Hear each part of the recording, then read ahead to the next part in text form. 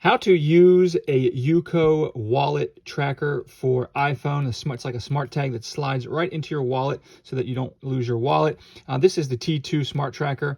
It's going to work on all these UQO things. I'm going to show you real quickly how to do everything you need to do, get it connected and everything like that. So starting by turning it on, we're just going to come in. Here's the power button. We're just going to quickly press the power button.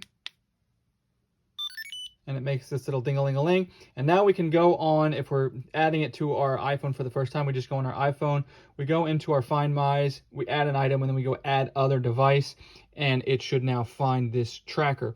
Now, if we want to turn this tracker off, what we're going to do is we're going to do a double click and then a hold of this button. So and it'll make a DD when it turns off. So it's going to go like this: click, click, hold. And now it's turned off. Now, I'm going to go ahead and turn it back on now.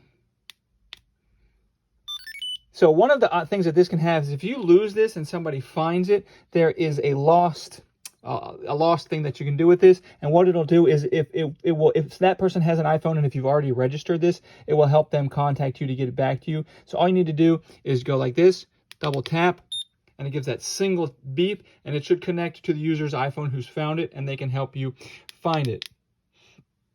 Now, I'm just going to go ahead and turn it off now.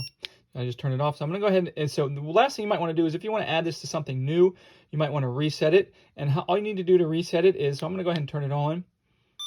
Gives you that ding-a-ling-a-ling. Now I'm going to do a reset, and you'll notice it's not going to turn off. It's going to go straight back into the turn on ding when I do the reset. And how I do the reset is I'm going to do 1, 2, 3, 4 hits of the power button, and then a 5th long hold. And I'm just going to keep holding it until it basically turns back on. So it's going to look like this.